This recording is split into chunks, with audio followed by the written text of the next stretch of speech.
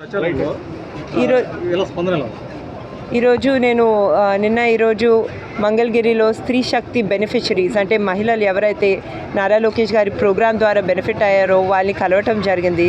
వాళ్ళని చూస్తుంటే నాకు చాలా ఆనందంగా ఉంది, చాలా గర్వంగా కూడా ఉంది. ఎందుకంటే ఈ ప్రోగ్రాం ద్వారా టైలరింగ్ మరియు బ్యూటీ కోర్సుల్లో శిక్షణ అందించడమే కాకుండా వాళ్ళకి టైలరింగ్ మెషిన్స్ ఇవ్వటం జరిగింది.